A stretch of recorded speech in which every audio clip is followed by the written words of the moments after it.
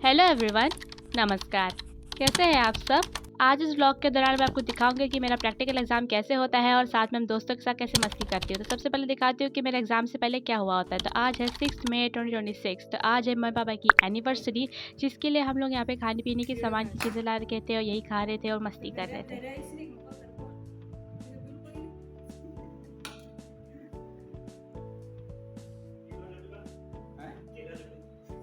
चीकू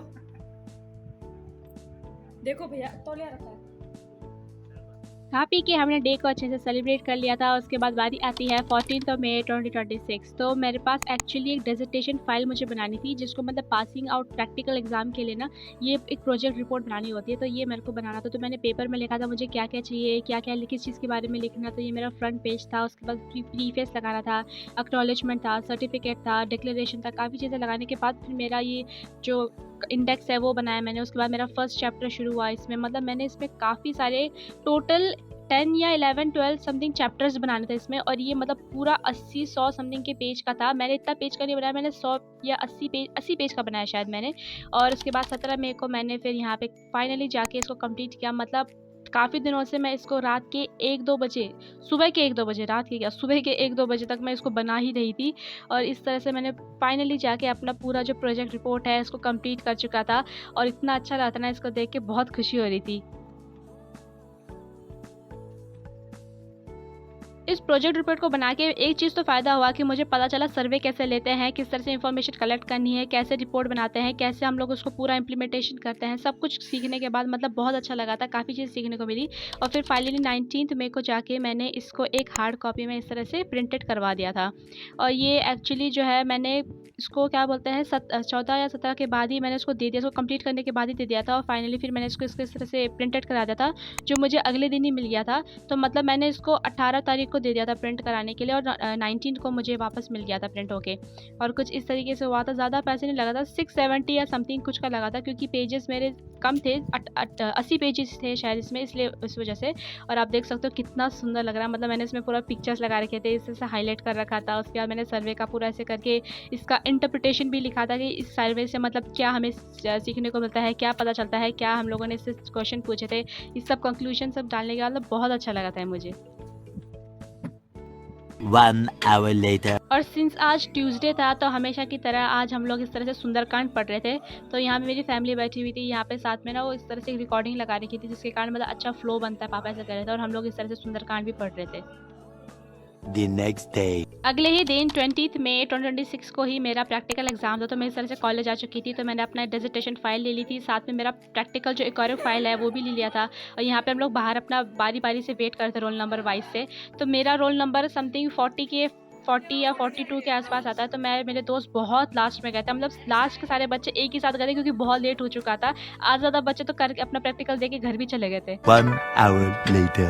practical देने के बाद हम लोग कुछ इस तरीके से टीचर से अपनी टी शर्ट पे, अपने मतलब कुर्ते पे, चुन्नी पे, इस तरह से हम लोग मैसेज लिखवाए थे, स्क्रिबल डे। और इस तरह से मेरे कुछ दोस्त ना केक भी ला रखे थे, पोस्ट ग्रेजुएट वाला। और ये भी हम लोगों ने टीचर्स के साथ कटवाया था। मैं इस केक कटिंग के टाइम पे नहीं थी, क्योंकि मैं प्रैक्टिकल एग्जाम दे रही थी, लेकिन मैं उसके बाद आ चुकी थी। थोड़ी देर मैंने फटाफट से वीडियो बनाई थी यहाँ पे, उसके बाद मैं प्रैक्टिकल देने चली गई थी। और यहाँ मेरी प्रोफेसर्स है, टीचर्स है, जिनकी मदद से हम लोगों ने अपना एमकॉम इतने अच्छे तरीके से हम लोगों ने इतना अच्छे से स्पेंड किया था। बहुत मज़ा आया था, इतनी अच्छी मेमोरीज बनाई थी। मेरे दोस्त भी ये सारे क्लासमेट्स। और उसके बाद मेरा प्रैक्टिकल हो चुका था यहाँ पे। तो हम मेरे दोस्तों के यहाँ पे मतलब स्क्रिबल जो बोलते हैं ना, स्क्रिबल डे टाइप में, ये सब हम लोग कर रहे थे।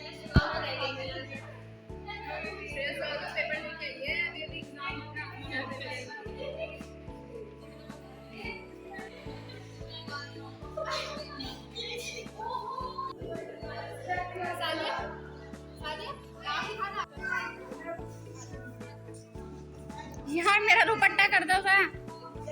आप कोई भी कोर्स कर रहे हो, आप कहीं कौन से भी कॉलेज में जा रहे हो, कॉलेज की मेमोरीज अच्छी तभी बनती है जब आपके दोस्त अच्छे बनते हैं। और मैं बहुत लकी थी कि मुझे ये बैच जो था इतना अच्छा आया था, इतना अच्छा दोस्त मिले थे मुझे। मतलब मैं इंट्रोवर्ट नहीं बोल सकती लेकिन इंट्रोवर्ट की तरह हूँ, मतलब मैं बिल्कुल पहले कन्वर्सेशन स्टार्ट नहीं कर सकती। लेकिन यहाँ मेरे दोस्त, मतलब मैं इतनी शांत थी ना जब मैं यहाँ फर्स्ट आई थी, इतना मतलब दोस्ती नहीं हो पाई थी मेरी यहाँ पे। लेकिन सभी जो बच्चे थे यहाँ, सभी मेरे जो क्लासमेट्स थे इतने फ्रेंडली थे, मतलब इन्होंने मुझे अपना बिल्कुल ही फ्रेंड एक्सेप्ट कर लिया था। जैसे मैं आई थी मुझसे बात करने लगे थे, अपने साथ रखते थे, अपने साथ मतलब कहीं भी जाते थे मुझे अपने साथ जाते थे। इतनी अच्छी दोस्ती बन चुकी थी और आप देख सकते हो जैसे कि यहाँ पे हमारी काफ़ी अच्छी मतलब बॉन्डिंग हो रखी है। तो मेरा जो एमकॉम का जो सफ़र था ये बहुत मज़े से गया, क्योंकि मेरे को अच्छे बैच मिला, अच्छा क्लास मिला, बहुत अच्छे दोस्त मिले।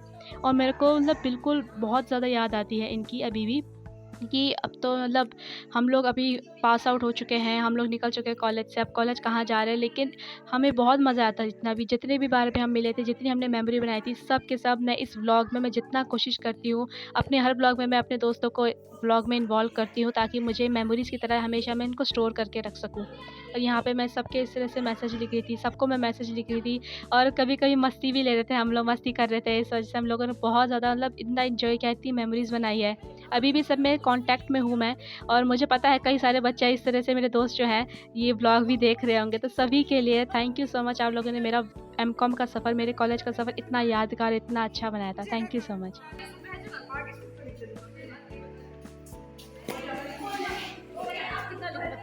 मेरी मर्जी है, जितना तुमने मेरी बड़ा सारा ये कैसे बना रही तू? खड़ी हो जा दुपट्टा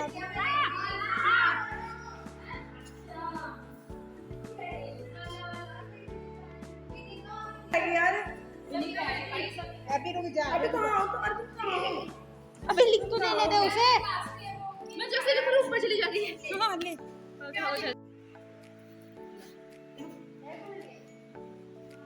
श्रेया चली गई क्या? सामान था। अच्छा उसका भी रह गया ना दिखाना। A few minutes later. यहाँ पे मेरी दोस्त एक इमोशनल हो चुकी थी, थोड़ा थोड़ा रोने लग गई थी, तो हम लोग इस तरह से गाना गा के थोड़ा उसको सहला रहे थे, थोड़ा हंसाने की कोशिश कर रहे थे ताकि थोड़ी शांत हो जाए। और यहाँ पे इस तरह से मैम भी आ गई थी, तो हम लोग मतलब इस तरह से हम लोग कोशिश कर रहे थे कि वो थोड़ा इस तरह से ना रोना बंद कर दे। हम यहाँ पे ऐसी मैं वीडियो ले रही थी उसकी, और हम लोग बस यही मेमोरीज़ बना रहे थे, हम लोग इस तरह से बात कर रहे थे। मैम भी यहाँ गाने लग गई थी उसे हंसाने के लिए थोड़ा, फिर धीरे धीरे वो चुप हो गई थी, और इस तरह से हम लोगों ने मस्ती करी, हम लोगों ने काफ़ी मेमोरीज़ बनाई। आज के दिन भी हम लोग बहुत लेट घर पहुँचे थे, लेकिन हमारे पेरेंट्स को भी पता था कि हम लोग कॉलेज में ही थे, तो इस वजह से कोई दिक्कत नहीं थी। यहाँ मैम से भी मैसेज लिखवाया था और बहुत अच्छा लगा था हमें। खुश रहना। Thank you ma'am. मेरे वाले भाई का अरे बाय बाय हाय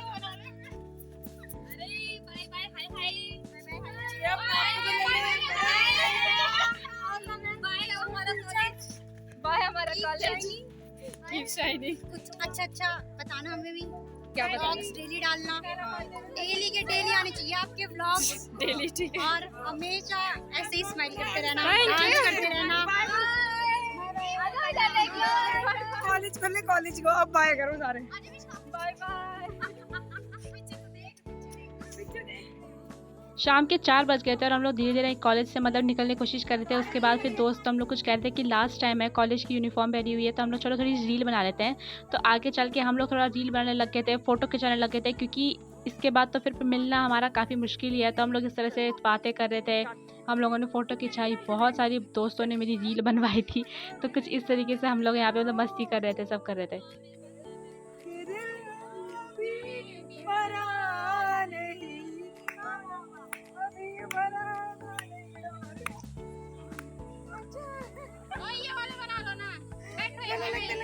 उसके बाद हमने इस तरह से ही रील बनाई थी, कुछ फ़ोटो खिंचाए थे, हमने बहुत सारे फ़ोटो क्लिक्स किए थे। और रील और फ़ोटोज़ खिंचाने के बाद फिर हम लोग और कुछ दोस्त जो थे ना, हम लोग कैफ़े चले गए थे। जो हमारे कुछ काफ़ी सारे दोस्त थे ऐसे जो नहीं आ पाते, क्योंकि वो बहुत दूर रहते थे, रुड़की से बाहर रहते थे, तो इस वजह से वो लोग क्या बोलते हैं निकल चुके थे।